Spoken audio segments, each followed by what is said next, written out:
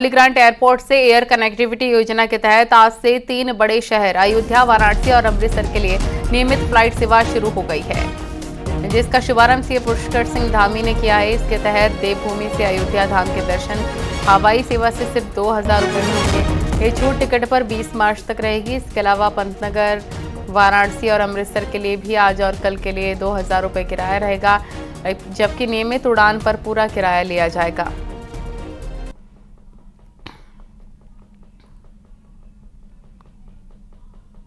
देहरादून से 3 शहरों के लिए हवाई सेवा, अयोध्या के लिए 2000 रुपये किराया, 20 मार्च तक ये किराया रहेगा 2000 रुपये।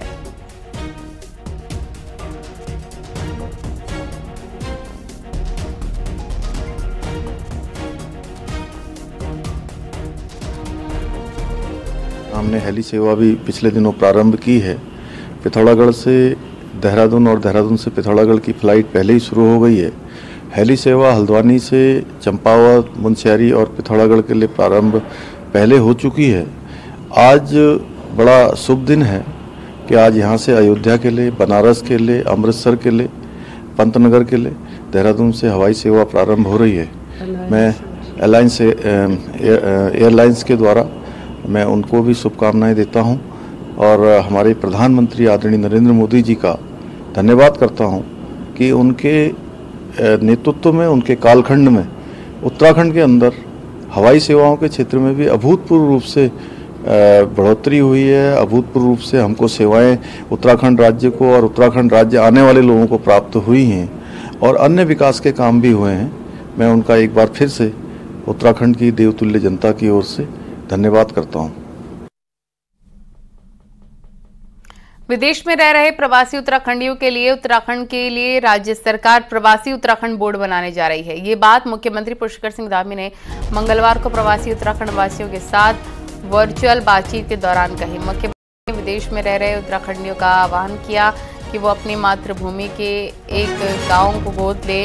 वर्चुअल बातचीत में यूनाइटेड किंगडम, अमेरिका, न्यूजीलैंड, चीन समेत 12 देश में रह रहे 20 से ज्यादा प्रवासियों ने मुख्यमंत्री से अपनी बात साझा की। इस दौरान सीएम धामी ने कहा कि प्रवासी उत्तराखंडी देश और विदेश में अपने राज्य का नाम ऊंचा कर रहे हैं। उन्होंने आह्वान किया कि अलग अलग क्षेत्र में काम कर रहे एक्सपर्ट उत्तराखंड में भी किस तरह योगदान दे रहे हैं, वो एक्सप्लोर किया जाना चाहिए।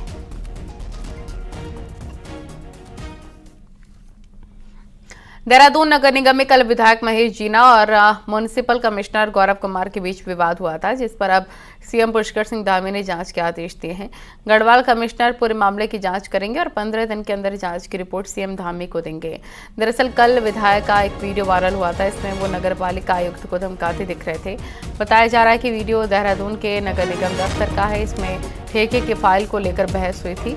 विवाद के विरोध में नगर निगम के सफाई कर्मियों ने शहर में सफाई को लेकर हड़ताल कर दी है। सुनील नप्रभात हमारे सहयोगी फोन लाइन पर जुड़ गए हैं। सुनील, कहां तक पहुंचा ये मामला? इस पूरे मामले में क्या अपडेट? इसमें निगम कर्मियों का कहना है कि विधायक ने जो व्यवहार वहां पर किया, दुर्व्यवहार जो किया, उनका आरोप है। इसके लिए विधायक को माफी मांगनी चाहिए। अदरवाइज वो तब तक अपनी हड़ताल समाप्त नहीं करेंगे जब तक विधायक माफी नहीं मांगते। आज नगर निगम में पूरा कामकाज ठप है। शहर की जो सफाई व्यवस्था है वो भी पूरी तरह से ठप की गई है। इधर मुख्यमंत्री ने जरूर इस बात का संज्ञान लिया है और मुख्यमंत्री ने इस पे गढ़वाल कमिश्नर विनय शंकर पांडे को जांच के आदेश दिए हैं कि वो 2 हफ्ते के अंदर अपनी जांच रिपोर्ट सबमिट करें सरकार को कि आखिर ये जो पूरा विवाद हुआ ये क्यों हुआ। बीजेपी संगठन ने भी इस बात का संज्ञान लिया है। बीजेपी ने भी विधायक से पूरा ब्यौरा मांगा है कि वो किन कारणों से वो नगर निगम गए, क्या वहां पर इस दौरान विवाद का विषय बना।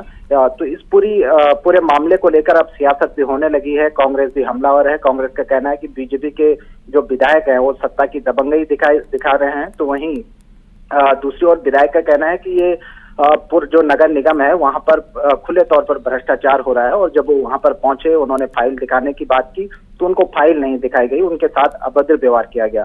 तो फिलहाल अभी मामला पूरी तरह से एक हम कह सकते हैं कि ये सियासी रंग भी लेता जा रहा है। जी धन्यवाद, बहुत शुक्रिया आपका तमाम जानकारी साझा करने के लिए सुनील। नैनीताल के ग्रामीण इलाकों में फिर से बाहरी लोगों के सत्यापन की मांग तेज हो गई है। कुछ गांवों में ऐसे मामले सामने आए जिससे लोग भी डरे हुए हैं। देखिए रिपोर्ट।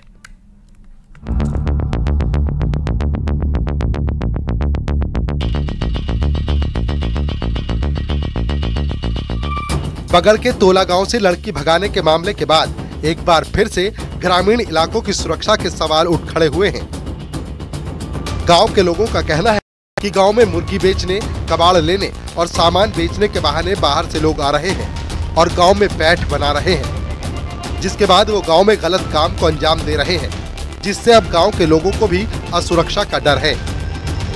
पुलिस से सत्यापन करना चाहिए, सत्यापन भी उनके कागजात उनके पूरे कागजात देखना चाहिए। पुलिस ने सत्यापन करती है, ना खाली फॉर्मेलिटी अपना निभा देती है, 2-4 डंडे मार के उनको भगा देती है, यहाँ पे मामला खत्म हो जाता है। इसलिए उनके भाव बड़े पड़े हैं। आए दिन गांव में बहुत ज्यादा संख्या में आ रहे हैं। गांव में बाहर से व्यापार करने वाले लोगों के सत्यापन की मांग ने एक बार फिर से जोर पकड़ लिया है।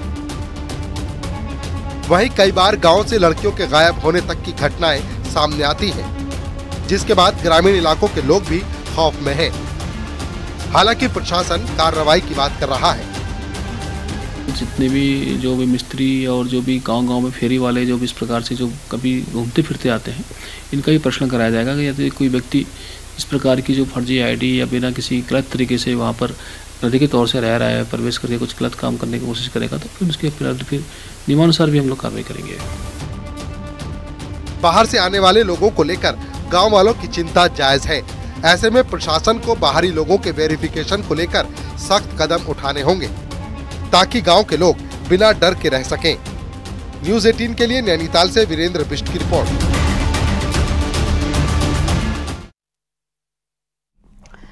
चमोली में गुलदार का आतंक बढ़ता जा रहा है। यहां पर कर्णप्रयाग के किमोली गांव में बकरी चुगाने गए 52 साल के शख्स पर गुलदार ने हमला बोल दिया और गुलदार के हमले में शख्स घायल हो गया। इस दौरान मौके पर मौजूद लोगों के शोर मचाने पर गुलदार भागा है, जिसके बाद लोगों ने घायल को अस्पताल पहुंचाया।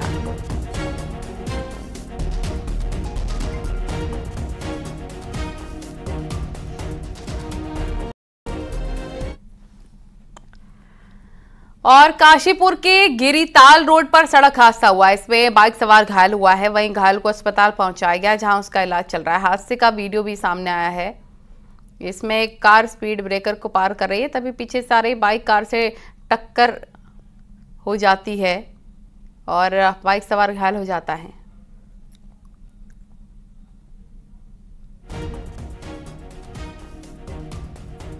बड़ी खबर,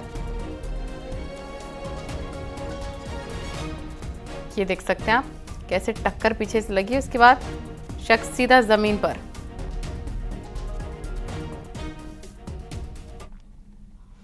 उत्तराखंड के सरकारी स्कूलों में अब राज्य का इतिहास, योद्धाओं की गाथा और धर्म संस्कृति का पाठ पढ़ाया जाएगा। मुख्यमंत्री पुष्कर सिंह धामी की घोषणा को शिक्षा विभाग ने अमली जामा पहना दिया है। देखिए रिपोर्ट।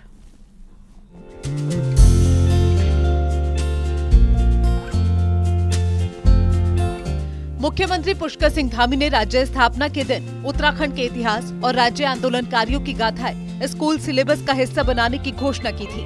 एनसीईआरटी ने अब प्रदेश के सरकारी स्कूल के स्टूडेंट्स के लिए हमारी धरोहर हमारी विरासत की किताब तैयार कर ली है। क्लास 6, 7 और 8 के स्टूडेंट्स के लिए नए शिक्षा सत्र से इन किताबों को पाठ्यक्रम का हिस्सा बनाने की तैयारी है। हमारी जो पुस्तक है हमारी विरासत, उत्तराखंड की महान विभूतियाँ, वो हम लोगों ने तैयार कर लिया है और अभी मैंने उसकी समीक्षा भी की है और कक्षा 6, 7, 8 के लिए हमारी पुस्तक तैयार है। शीघ्र ही हम लोग उसको माननीय मंत्रिमंडल के समक्ष लेकर के आएंगे। उसमें जो उत्तराखंड का इतिहास है, उत्तराखंड की जो महान विभूतियाँ हैं, जो उत्तराखंड के राज्य आंदोलन का इतिहास है। इन किताबों में हमारी धरोहर हमारी विरासत की किताब में डाले गए नए पाठ में पंच केदार की कहानी, लोक पर्व इगास, नंदा राज जात यात्रा और श्री राम तपोस्थली देवप्रयाग की कहानी है। तो वहीं राज्य आंदोलन में खटीमा और मसूरी कांड, टिंचरी माई, गौरा देवी, सीडीएस विपिन रावत, कुमाऊं केसरी, बद्रीदत्त पांडे, लापालकी आंदोलन के प्रणेता जयानंद भारती के बारे में भी बताया गया है। नहीं, उसमें जितने अलग अलग जिलों से जो लोग इस क्षेत्र के विद्वान लोग हैं उनको हमने अपनी समिति में रखा था और सभी का इसमें सुझाव लिया है। तो अलग अलग कक्षा की पाठ्यक्रम में अलग अलग हमने उसको समेकित रूप से समेटने का प्रयास किया है। स्कूली शिक्षा में ही राज्य की संस्कृति और विभूतियों के बारे में जब बच्चों को पाठ पढ़ाया जाएगा तो उम्मीद है कि इसके दूरगामी परिणाम होंगे। न्यूज 18 के लिए देहरादून से भारती सकलानी उनियाल की रिपोर्ट। सीधे आपको